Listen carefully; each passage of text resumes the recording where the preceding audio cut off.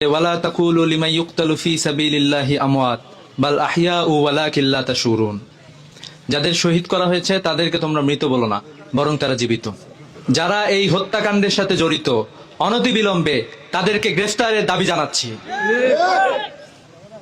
যারা বাংলাদেশের সুন্দর পরিবেশকে নষ্ট করতে চায়, শিক্ষা প্রতিষ্ঠানে গিয়ে শিক্ষকদের উপরে হামলা করতে যায়, যারা প্রতিবাদ করতে আসে প্রতিবাদী যুবকদেরকে থামিয়ে দিতে চায়, তাদেরকে বলতে চায় বাংলাদেশের প্রতিবাদী যুবকদেরকে কেউ থামিয়ে রাখতে পারবে না।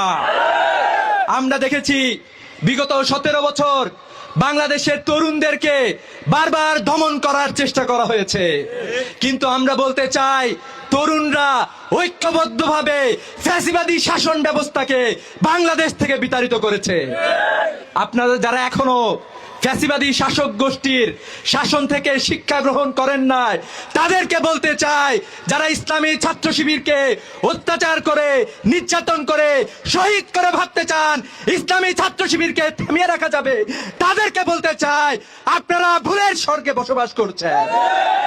ইসলামী ছাত্র শিবিরের কর্মীরা বাংলাদেশের মানুষের জন্য, বাংলাদেশের মানুষের অধিকার আদায়ের জন্য জীবন দিতে সব সময় প্রস্তুত আছে।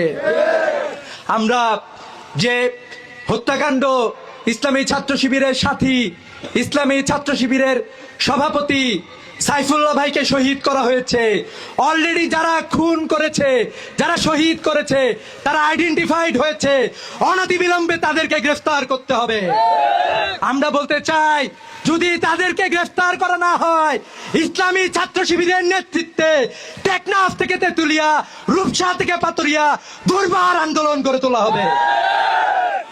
আমরা এটাও বলতে চাই আপনারা একের পর এক বাংলাদেশে খুনের রাজত্ব কায়েম করেছেন।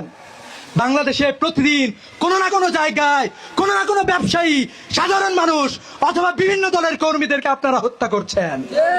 আমরা আপনাদেরকে হুঁশিয়ার উচ্চারণ করতে চাই, এখন আপনারা সতর্ক হন। সেই সাথে আমরা আজকে যারা বিভিন্ন প্রান্ত থেকে এখানে সংযুক্ত হয়েছেন, যারা তরুণ আছেন, যারা যুবক আছেন, এলাকাবাসী যারা আছেন, সচেতন নাগরিক সমাজ যারা আছেন, আপনাদেরকে বলতে চাই তারা ভেবেছে আমাদের উপরে অত্যাচার করে, আমাদেরকে দমন করে বাংলাদেশের মানুষের অধিকারকে খর্ব করবে, কিন্তু আমরা বলতে চাই বাংলাদেশের মুক্তিকামী জনতাকে কি থামিয়ে রাখা যাবে?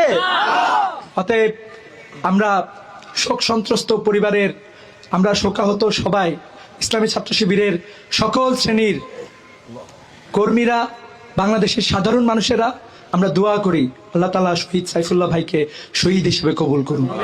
শহীদের পিতা মর্যাদাবান, উনি এখানে কথা বলেছেন।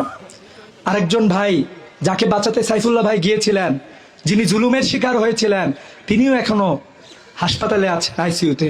আমরা দোয়া করি আল্লাহ তাকে সুস্থতা দান করুন।